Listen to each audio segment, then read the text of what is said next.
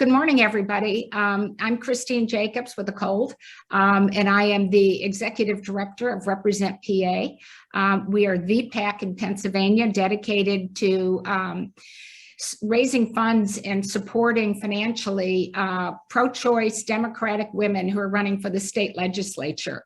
As many of you know, up until about 6 years ago, Pennsylvania ranked 49th in the US in terms of share of women in elected office. And that had to do with started, and this is our raison d'etre. And this year, as we talk about more of these issues, we will, you'll see more and the importance of the women that we're supporting, and you'll love these women that we're supporting.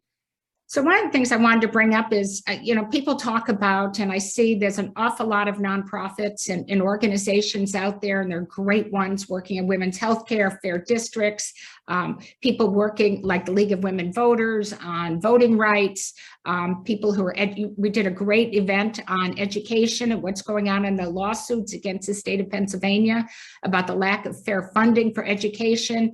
There's climate change, there's clean air and water.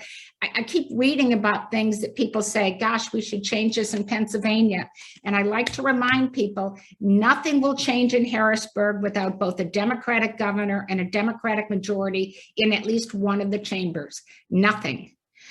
Tom Wolf, I often refer to him as Governor Veto. He's outside of pushing through Reggie, the climate change initiative. There's very little that he can show as accomplishments outside of using his veto pen, because nothing gets passed through this strong conservative Republican legislature. It's been fun watching recently as Doug Mastriani has become the Republican candidate for governor, and people are going, oh, I'm shocked that people like that can say things in Pennsylvania. All you have to do is talk to any of the women that we've elected, any of the current legislators who've had to look across the chamber at him and many of his counterparts, and you'll understand this isn't a one-person problem. This is a problem in this legislature, and we need to make change. So my usual Twitter comment to people is, yet another issue on which nothing will change without Democratic majority in the legislature. So let's have a reminder. There's 90 Dems and 113 Republicans in the state legislature. There are 20 Dems and 28 Republicans in the Senate. We need to flip 12 House seats and 6 Senate seats and hold all of the current seats in order to gain the majority. Is this going to be hard to do? Oh, yeah. And there are people who say, well, we're 1 to 2 sessions away or 1 to 2 elections away from getting there. Look at what's going on in Pennsylvania and really think about whether this is good enough for you, whether you want Doug Mastriani and people who think like him to be leading this state, and then you'll think of something else to do. So I mentioned we endorsed who all of these women won their, some of them had competitive elections, some of them were actually had competition that was put up by the local Democratic Party, and all of these women received funding from us, some more than others because they had difficult primaries, but they all won and are moving on to the general election in November. And challengers. This is where it's interesting for Represent. The caucuses and a number of people say, I just want a Democrat to win, so I'm not going to push hard in a primary. There are a number of cases we don't generally support somebody challenging an incumbent Democrat. But what we do is we want to make sure that we have a say in who the Democrats are who will be on the ballot in November. And for so many years, women were told, well, this is a very competitive seat, so we need a regular Democrat in that seat. And a regular Democrat always meant the white guy. Or I've been grooming a guy for this seat, and now that it looks like it's winnable, I want to put my guy in that seat. And I can give you exact quotes from people who actually said this to our candidates. And so this is why we work hard in the primaries, to make sure that women who will be good on all the issues we care about will be on the November ballot. And Here you go. Here's the women that we supported who will be on the November ballot. And oh, by the way, you're going to hear from 3 of them today. I want to thank some of the candidates who didn't make it through in May. State Rep Pam Delicio lost a re-election campaign. Janet Diaz, Rochelle Culbreth, Deja Alvarez all lost their campaigns. We thought they were good candidates. We supported them. They didn't win, so we're counting on the rest of the world to support their Democratic counterpart, who is going to go out and win in November. Tara Zirinsky is an interesting case. I think it's 38 votes are currently the difference between Tara and her competitor. She just filed a suit for 2 reasons. One is there's a lot of issues around, for those of you who voted by mail, you know that place on the outside, the security envelope where it says date. There are people who assumed that that meant their birth date. There are people who assumed that meant the election date. There are people who assumed a lot of things, or just left it blank because they weren't sure what to write in there. And so the question that's been raised is, should those votes count? Everything else about them is right. The ballot is filled out right, and they were received on time. There's also hundreds of votes apparently in those counties. I know in particular the counties that were part of the district that Tara is running for, where the ballot was stamped over a week before the election day. The rules are it has to be received by the county election office by election day. But if things were stamped in the post office a week earlier, where were those ballots and why were they not delivered? And so Tara's got lawyers involved in this one. And so that race is not yet called. So bringing up the main agenda for today, we're really excited to have 3 of our candidates. Jill Dennin is somebody who we supported 2 years ago in a race for State House. And I've asked for each of these 3 women candidates to talk for a few minutes on what their background is, what their favorite issues are, and what their path to victory is, and to do that in 6 or 7 minutes. So Jill Dennin, take it away. Thank you. Can everybody see me and hear me? Yes, ma'am. Okay, great. First of all, I just really want to thank Represent. You have been invaluable help to me when I ran before and in this race. And in this primary, I was running against a young man, and the money that I received from Represent was a real boost because I did have to do some mailings in addition to getting out there and door knocking. So I really appreciate the support. Represent was key in helping me get through the primary, and I'm happy to say that partly due to Represent and partly due to getting out there and meeting voters, I was able to win the primary with 75% of the vote. So I think that is going to be very helpful going into the general election. So just wanted to say that. How many doors did you knock during the primary, Jill? Probably close to 1,000 myself. But total we knocked 2,400 doors because we got close to 1,300 signatures to get on the ballot.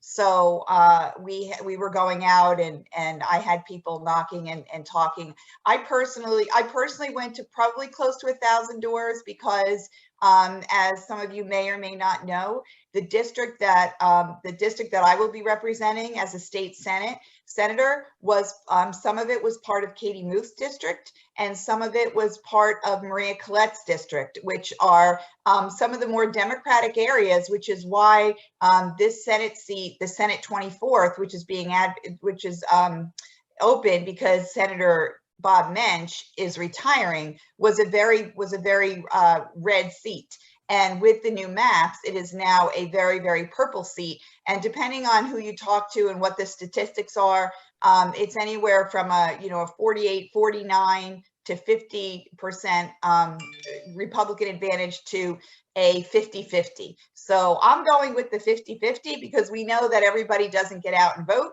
And I fully intend to knock as many of those persuadable independents and Republicans as possible. And I will be actually starting that some time to recover from the primary, and then I'll be heading out on Monday, starting to knock. So with all that being said, why am I running? I'm running because for the past 30 years, those people whom I have been advocating for are being left behind in Harrisburg. And I decided back in 2018 to run or thought about running in the 2020 race for state representative. And I was not successful in that race, but I decided to throw my hat in the ring for state senate because I truly believe that I will win this time. So my background basically is that I went to a women's college, and I was the first person in my family to graduate from college. I got a degree in political science and public policy, and I went to DC and worked for the governor of Connecticut in state federal relations. My first issue was Superfund and family and medical leave. So I really got to understand public policy and how government works both across the federal and state level. And then I pretty much took a hiatus. I married my husband, who is a naval officer, and we moved to Norfolk, Virginia. And my experiences from the time we moved to Norfolk till now is what has really driven me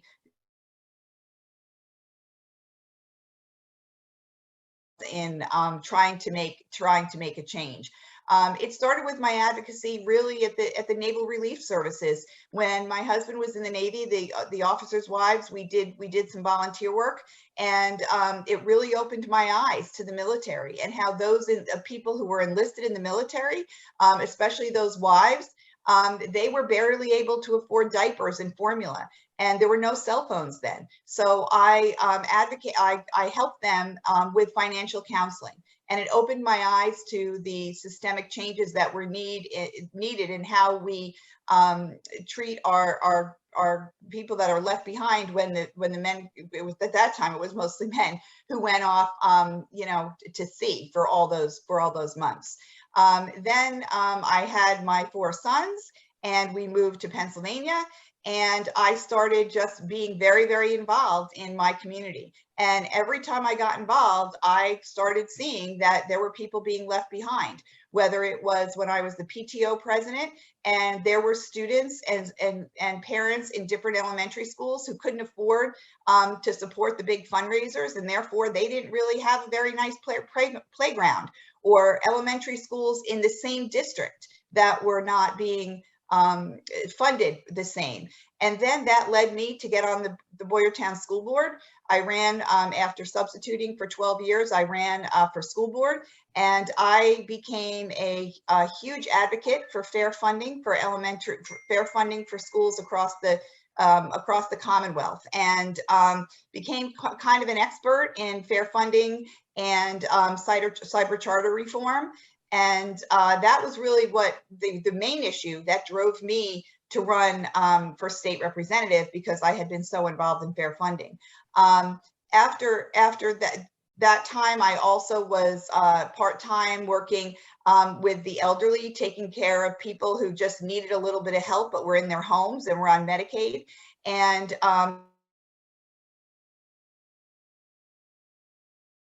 the healthcare system. I worked for a lady, and ended up quitting my job and taking care of her when she was sick and could not say the word colonoscopy. And as a result, she went probably 2 months without getting a test, and she ended up having stage 4 colon cancer and ended up passing away within 3 weeks of having that test. And then she left behind her autistic nephew. So my husband and I kind of swooped in and took care of him. And again, I saw how the system was so broken. This was a man who was 62 years old, who owed $20,000 in property taxes and still did not get disability. So my husband and I got him a lawyer. We stepped in. We got his house sold, and I'm happy to say that he is thriving. But he's thriving because he had my husband and I who kind of stepped in and helped him. But I started to realize back in 2017, 2018, that there are thousands of Emmas and Stevies. There are thousands of students who do not, who are in schools that do not have adequate funding. And so I just decided to take my advocacy and run for office, and here I am. So is education the area that you want to concentrate most on when you're in the Senate, or do you have, you want on the education committee, but anything else that's calling out to you, Jill? Yeah, I would say that right now education is probably my number one, my number one issue, and the issue that I know the most about, although I am very passionate about the healthcare realm as well, and making sure that we have adequate healthcare and adequate mental health care for our students and our elderly alike. Of course, with the leaked Roe v. Wade decision, sadly, I do believe Roe v. Wade is going to be overturned. We've been talking about this for a couple of years now, guessing that it is going to be overturned. I just want to say that I too am Catholic. I'm one of those Catholics who was very, very involved in the church, taught CCD, headed the Family Life Committee for 25 years, never missed Sunday Mass. And it's been a very difficult time for me as I ran for office and started advocating for the LGBTQ community. When I was on the school board, we were slammed with a lawsuit by a straight student who said that the transgender male in his locker room caused him to fail gym. So okay. I was a huge advocate. It went to the Supreme Court, and I did not understand that my public advocacy was going to get me shunned from my local parish by a very vocal group of people. So it's been a very difficult journey for me personally with that, but I still believe, obviously in the separation of church and state. And we're happy to have you, Jill, because you're a clear thinker and you've got clear issues and you understand what your priorities are. So thank you very much. And we'll come back to you for questions later. Thank you. Next today, we've got Latasha Mays. Latasha's taken a completely different route to being running for office, and she had a really interesting primary. So Latasha, how did you come to be here? What are you working on? And tell us about what happened to you when you decided to run for office. Good morning, everyone.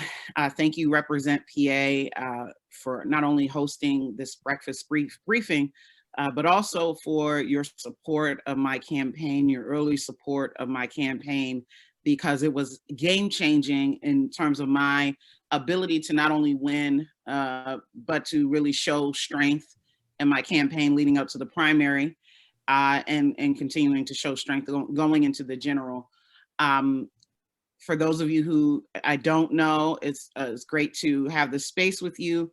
I am a reproductive justice leader, organizer, and advocate, and I've had the opportunity to serve in the greater Pittsburgh community for over 22 years. I know I don't look a day over 21, but I've put in a lot of time, effort, work, sacrifice to make sure that the greater Pittsburgh region can live up to all of these titles of being most livable,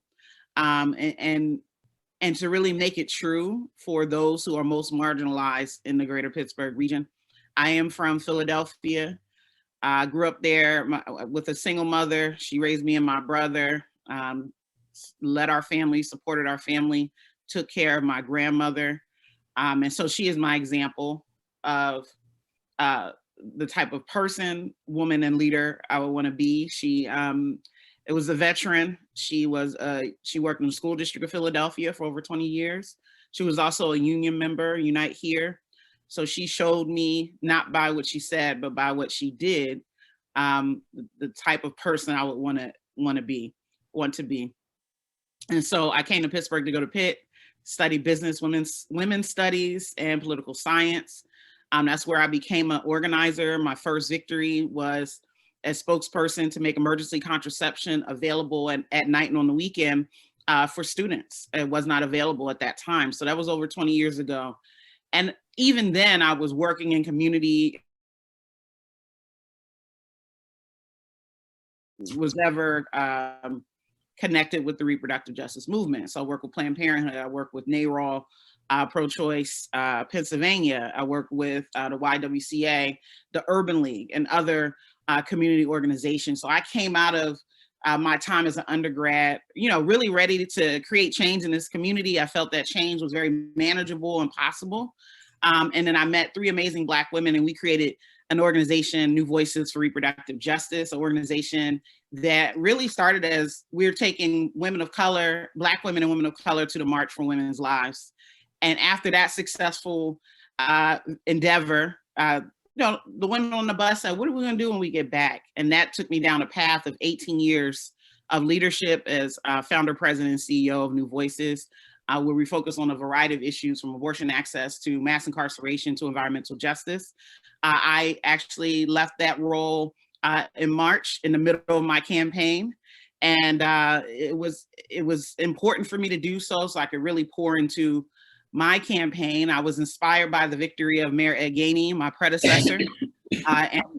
And I was not thinking about running actually at that time, but it felt like a moment. It felt like, here's the opportunity for a Black person to run, a woman to run, I identify as a lesbian, so a queer person to run. And those opportunities don't come very often. They are few and far between, especially where I live, in the part of Pittsburgh where I live. I live in the progressive hub of the city. So the opportunities are rare. And so when that seat opened, I really had to consider, is this even possible? Because where I lived was on the edge of the district. So after months and months and months, if you all follow redistricting of our legislative maps, and it wasn't clear if I would even be in the district. But my friend and neighbor and supporter said, run like you're going to be in the district. Go forward like you're going to be in the district. And I did. Clearly, there were other plans for the seat. And so I came in late to the campaign in terms of an announcement, and I had to just assert my presence to be there, because even though all my leadership up until that time, it was almost like I was chopped liver on the political side. But I had to bring all the things that had prepared me for this moment, prepared me up until this point for the moment to run. And I took it. And so I started talking to people, and people were like, I don't know, there's this, they already kind of want this, my opponent to run, a young Black man. And I was like, great. But I know at this moment in time, that we have to have the most progressive experience and prepared leaders going into Harrisburg with where we are, especially as we face the definite end of Roe v. Wade. I talked about Roe v. Wade in January, and I talked about my intention to run for state representative. We don't even have time for me to get into them, but the racism, sexism, and homophobia I experienced on the campaign trail is just really shameful. And that's what candidates like me, atypical candidates like me, are up against.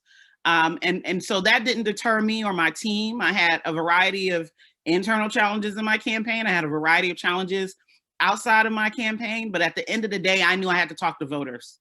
So when my opponent had almost every legislator endorsing him, and so much other support, I still had to talk to voters, and that's what I focused on. So me and my team knocked on over 5,000 doors in probably a 6-week period. 6 to 8 week period. I outraised my opponent in the cycle that we were in, and was just slightly behind him by $2,000, but he had more cycles of fundraising than I did. And that I was able to gain such great support. It came from Planned Parenthood, Pennsylvania advocates. It came from the Pittsburgh Federation of Teachers and so many others who took a chance on me. And so I would have to say it paid off majorly because we won with a decisive margin.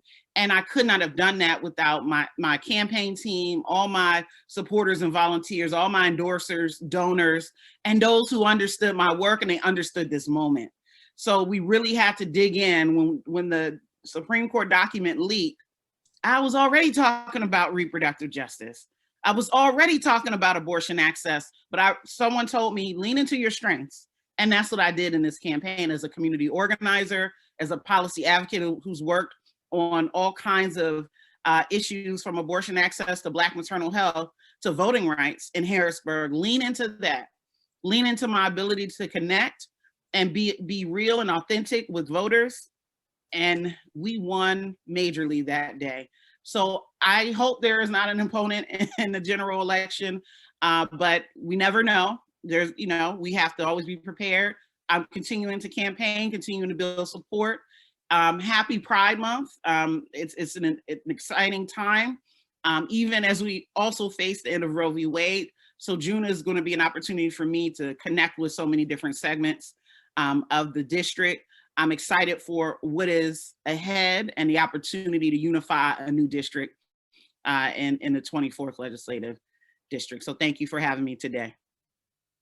Thank you so much, Latasha. And I love your story. Some of you on the call are aware, but many are not, the fact that in the primaries, as I mentioned earlier, Represent supported a number of our women incumbents who had candidates put up against them by the local party structure. And Latasha's race was one where it was an open seat, but the person that was selected by the local party was not Latasha. And we at Represent believe very strongly in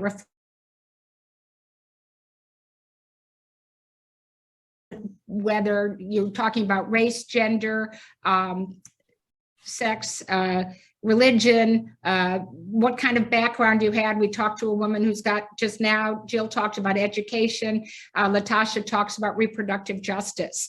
We need these fighters in Harrisburg, and God bless Joanna McClinton that she's gonna have to pull them all together and get them rowing in the same direction, but if anybody can do it, Joanna can.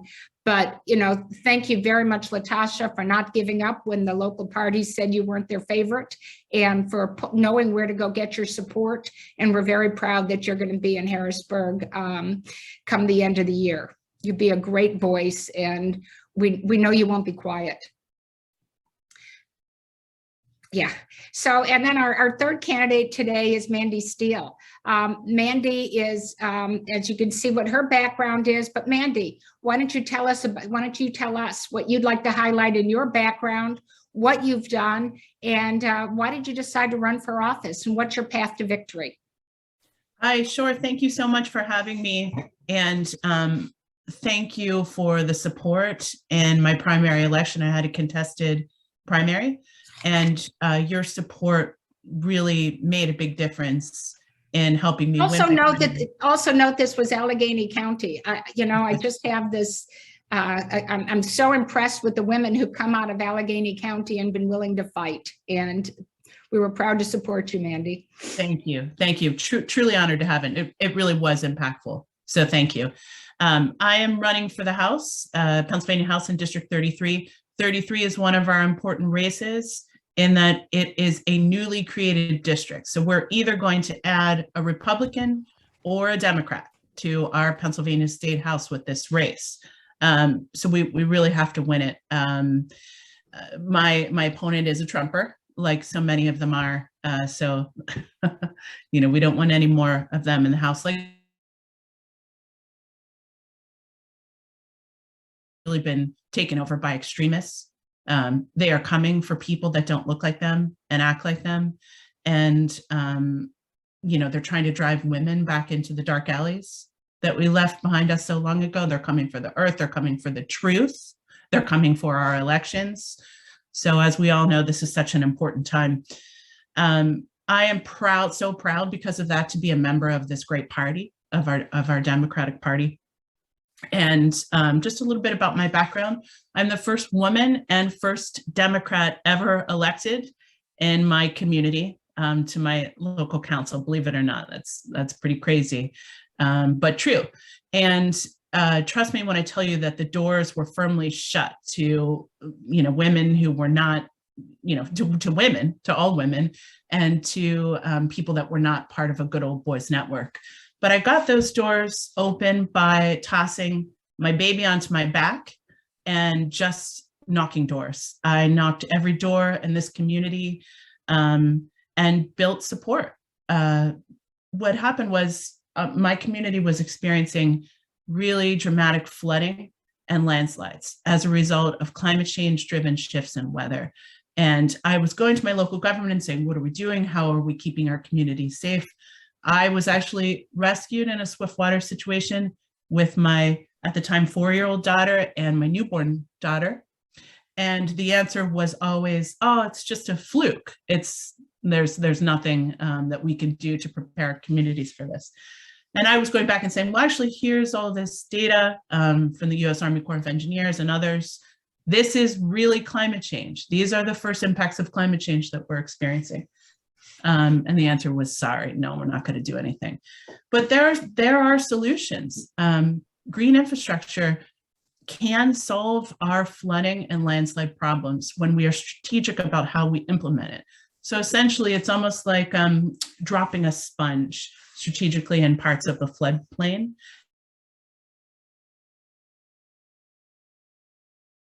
They keep it out of our infrastructure, keep our communities safer. So when I was going to doors and telling people that was something they could really get behind. And they came through in a big way. I won in a landslide victory. Now I've implemented massive green infrastructure projects in my community. Climate has been at the core of my work for many, many years in Southwestern Pennsylvania. We know that there are a number of things that we need to do right now to stop the worst case climate scenario from happening.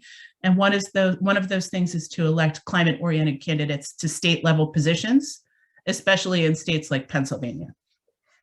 I've led legislation in 21 Southwestern Pennsylvania communities pertaining to cleaner air and water. So I led my own community a number of years ago to be the first in this state to ban a toxic chemical that is a primary component of both our air and water pollution. It's a product that's used to seal asphalt, and it flakes off and then washes into our water supply and evaporates into our air. We come into regular contact with it, and it's a tier 1A human carcinogen. It's banned in many other states, but of course not in Pennsylvania. So I was able to use our state's constitution to argue that we could, in fact, take responsibility for our community's health and well-being and ban it at the state level. Then in my free time, toss the 4 kids in the minivan, drive around and give presentations to other area councils on how they can do it too. I presented to 21, and I just said 21 banned it, but it's actually 20. I've presented to 21. 20 of those communities have banned it. They've all been bipartisan actions and all were unanimous votes, but one of them. So that's been an exciting success, environmental success coming out of an unlikely place, Southwestern Pennsylvania, really taking charge at the community level to protect ourselves and our environment. Much more can be done at the state level. That's why I'm seeking this access to solving more of our problems at the state level. And let me also just say that I am recovering along with my 4 kids from COVID. Still not yet out of quarantine. So my brain is a little bit slow today, but I didn't want to miss this. Thank goodness for Zoom. Southwestern Pennsylvania has just an extraordinary opportunity right now. Hundreds of millions of dollars are going to be pumped into the state through the Infrastructure Act. If we send people to Harrisburg who understand the complexities of this proposition, of pulling that money this way through the creation of clean energy jobs, we can massively restore our economy and be the vibrant economic hub that we once were. We're poised on massive investment here. But when we elect people who are going to cling to the dying industries of oil and gas, we are going to miss permanently this opportunity. when we create jobs here and drive massive investment this way, we can prop all of our communities up. We will see positive impact at all levels in our communities. We'll also recapture a lot of the voters that have strayed from us in these past years. So it's a big opportunity, one that I'm really excited about. And that's a bit about me. Thank you. Thank you, Mandy. And just to put a little bit of character, so you understand how much experience she has, you understand the issues that Mandy's passionate about, you understand the work she's already done, and her opponent in her primary was a 21-year-old student, maybe, he was pretty young, and he just decided, heck, it's an open seat. I can run, I can win this seat. And I think Mandy has a unique set of experiences, but each of the three women you've heard from this morning, each has a unique set of experiences, but together, look what the whole is gonna look like. You know, they're all different, that none of them need to learn about a particular focus area. One of the other things that we've been so impressed with is we've helped to elect more women. Let's say that Mandy's there and Jill is there. If Jill sees something that's coming up about the environment or runoff, and she goes, I'm reading this, but I'm not following it, she knows she'll be able to go in and ask Mandy for advice. And this is both the kind of thing women do, but the value of electing women who have a lot of different kinds of experiences. Jill won't sit there and go, oh, she's going to think less of me because I'm not the expert on something. She's going to say, thank God there's I'm putting words in your mouth, Jill, but thank God there's an expert on this who I can go to. So thank you very much. Question for all three of you. Do you each have a fall opponent, and are you worried about it? So Mandy, you want to start? Sure, I do have a fall opponent, Scrapyard Ted. Am I worried about it? Yes, yes. You know, I think we can't underestimate the other side right now. I am much, much more qualified and well-known. I've been active in my district for years, so people know me. But he, you know, he is well-known in part of his district. So yes, it's going to be a fight. There's a slight advantage to Dems in the district, but, you know, things are unpredictable now. Yep. And let me echo, Christine, if you don't mind, just really quickly. Go right ahead. I'm so excited to hear Latasha and Jill speak and really feel encouraged at the quality of voices that we're seeing, like you said earlier, come out of our county. I'm just beyond excited to work with some of these women. You know, and the ones who are already there from Allegheny County are, you know, just super. Jill's from the east end of the state, but you got Latasha, and you've got, you know, Emily Kincaid, and you've got Jess Benham, and you've got Sarah Innamorato. You won't have Summer Lee for long, but, you know, there are strong, strong voices coming out of Allegheny County.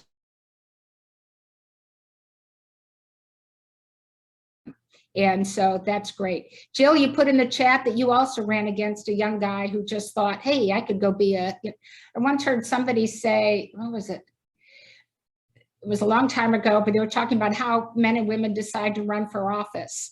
The woman wakes up, she sees the trash isn't picked up, she calls the local office, it's not getting done, she lobbies her legislator, she goes to Harrisburg to try and get things changed, nothing happens until finally she says, I guess I gotta run because nothing is happening.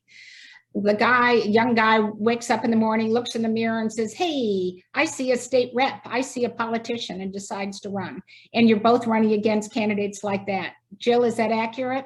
Well, that was accurate in the primary for sure. Right. And it was stunning to me, but yes, that was in the past and we're moving on. And I have my opponent is going to also had a primary and is going to be, she was my opponent in the 147th and I lost to her in the 147th, mainly because of the Trump effect, because she's a huge Trumper. And, you know, we talk about women and I just want to say I'm running against a woman. Not all women are progressive women like us. She was kind of plucked out and handpicked because she was a woman. She's a military veteran. Nothing against, obviously I'm a military wife, I understand. But the fact of the matter is, it's at the end of the day, it's not whether you're a woman, a man, you're 60 or 30. It's what your policies are and who you want to advocate for. And she is a huge Trumper. I find it really interesting, and I'd be interested to hear from others their take on this. It seems to me that the Republicans now, with Roe v. Wade and with the recent shooting, they are going to try to moderate their message. I found it very telling. I was at a community day, and Tracy and the woman running for the House seat, Tracy Pennicook is the name of the woman running against me for state Senate, 2 years in the House, and now, she's going to run for Senate. And she's not giving up her seat. She has another woman running. And I found it very telling that they had a float, and on the float, they had all of the signs for everybody but Mastriano. So I think what the strategy is going to be across all of our races is, I think some of these big Trumpers are going to try to maybe distance themselves a little bit, because they know that there are those independents and Republicans, which I think for the most of us is the key to us winning these races. They're going to distance themselves and say, oh, no, I'm not that. And we need to call them out. We need to do to them. Thank you. And Latasha, do you have an opponent in November? I sure hope not, but we always have to be prepared. I don't anticipate a strong Republican challenger. We have seen more independent challenges in the general. I think I ran a strong enough race for that not to be the case, but I also wanted to clarify. So we all just need to put out that energy that I won't have any strong challenge in the general election. But I also wanted to point out I ran against 2 men. And still almost garnered half of the vote. And I think against the establishment candidate and another candidate who had run before, I really had to marshal all my previous experience and coming into the primary and lessons I had learned from running for city council in 2015. So that is a large stretch in between my most recent race and my last race. And let me tell you, the politics, the political landscape and terrain was so much different. It was what I thought was what I remember from before. The game had changed so much, and I think we should encourage women and other marginalized communities and candidates who want to run that not to wait as long as I did. Not to wait as long as I did to run again. And I think that's something, if you don't win, you kind of feel like, oh, that was a lot. I need some time. I think women aren't like ready to go to the next opportunity. And as I said before, there's not a lot of opportunity in Western Pennsylvania. And I just cannot stress that enough. Where in Philadelphia, I could probably run for 3 or 4 things at any given time. And then I just want to say one more thing is that if when we are successful in November, I will also be the first woman ever elected to represent this district in over 50 years, ever, since the district was created. And I'll be the first Black lesbian in the General Assembly. And so this is a historic campaign. And I think women and progressives and allies really understood the moment, and they showed up for it. And I know that's why I was successful 2 weeks ago. That's wonderful. And I hope you're going to, as things work out in your own race, that you'll be out helping some of the other women running for office this term, because these are important messages to get out. People tend to think of a state rep as having a particular district that they have to pay attention to. The reason Represent exists is we figure you're all statewide races. You're all races that may be elected by a local community, but you're, as I've said 1,000 times, I'm always going to be represented by a Democrat in the legislature by virtue of where I live. But in order to change Pennsylvania, thank you so much to all three of our speakers today. Hope you've learned a lot, and I hope you're all impressed with the vast amount of information and the variety of women there are that all feeds into our goal of having a reflective democracy. So thank you. Moving back, what is our investment strategy? As I've said, we invest statewide in women running for the PA House and the Senate.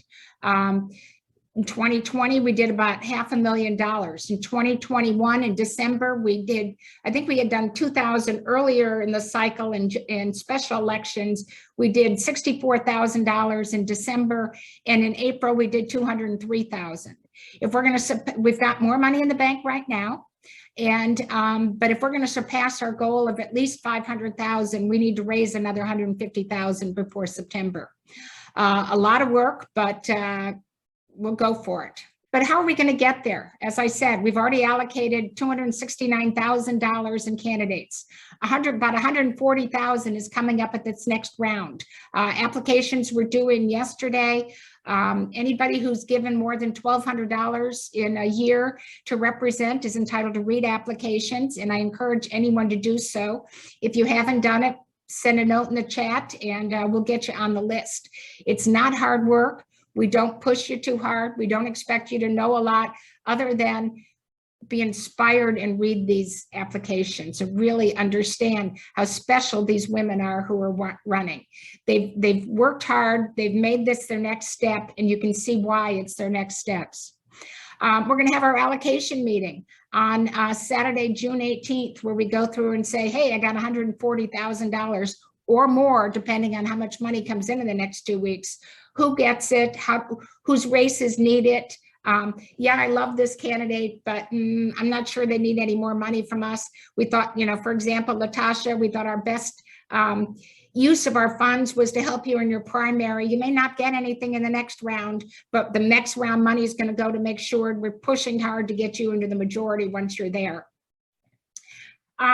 Fundraising continues. I have a cold, not because of my speaking at too many events, which I'm not speaking at enough, but we need to do more. We had 2 great in-person events in May. Together, they raised almost $100,000. Is Joanne Heil on? Yes, I'm here. Okay, Joanne was our host for, well, she was the organizer of an $80,000 event we held in May. Joanne, are you offering help to anybody who wants? Oh, I can't raise $80,000, so I'm not a candidate for doing a fundraiser. The candidates who spoke today are the best reason for being willing to volunteer to put together an event.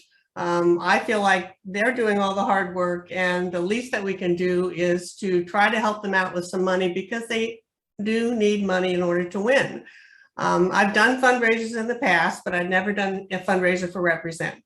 And I hadn't done an in-person fundraiser since 2019. So I didn't have a good feel when I decided to take the plunge, whether we'd raise $5,000 or $50,000. And what I found out was there are a lot of friends out there who are trying to figure out what is the best way for me to help candidates.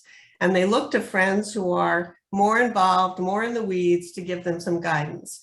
And we had a hugely successful, very enthusiastic response, mostly from people who do not get involved that much in political campaigns and certainly don't get involved in state legislative campaigns.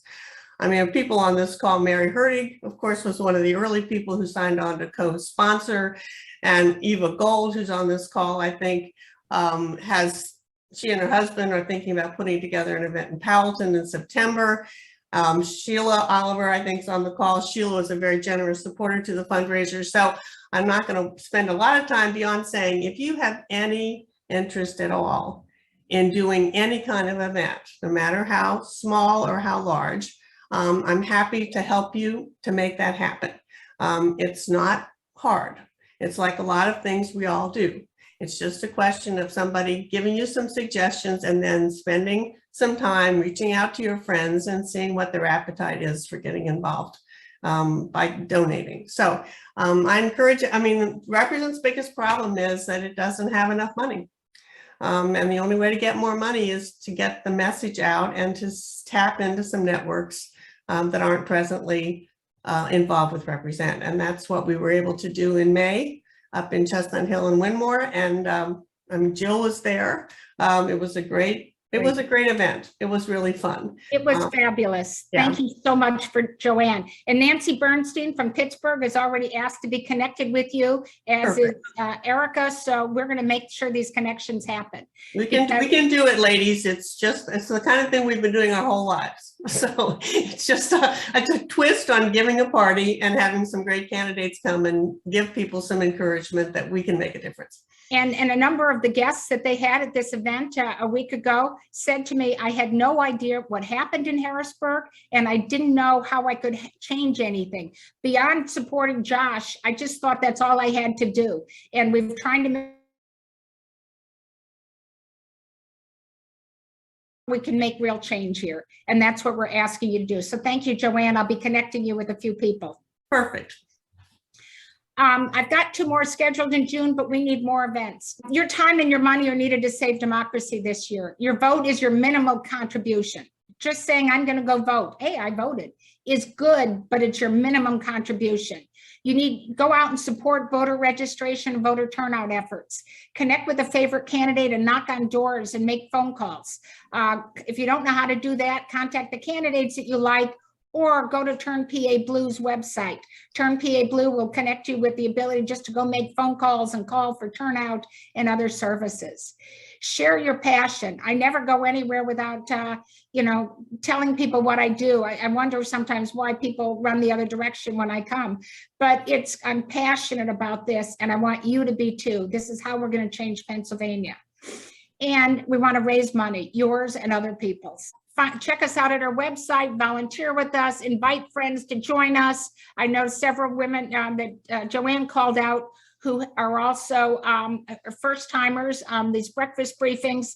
Please invite more people. You can go back and look at past breakfast briefings by going to our YouTube channel or going to our website. You'll see a whole stream of them and finding out all the things that are wrong in Pennsylvania and how nothing is going to change without a change in the leadership in the House and the Senate.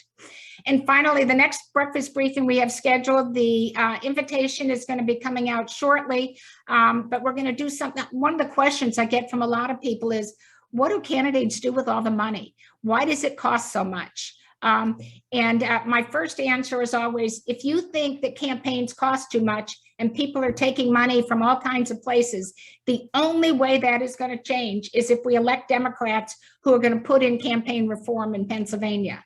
The Republicans in Harrisburg have talked about campaign reform and have done nothing about it. But on June 21st, our partners at Emily's List are going to come and talk about campaign expenditures and why campaigns cost so much and why your money counts. So join our mailing list and invest with us. And at that, thank you very much. I think I'm a couple minutes early today. Yay. So thank you very much. And Joanne, you'll be getting some contact information from people.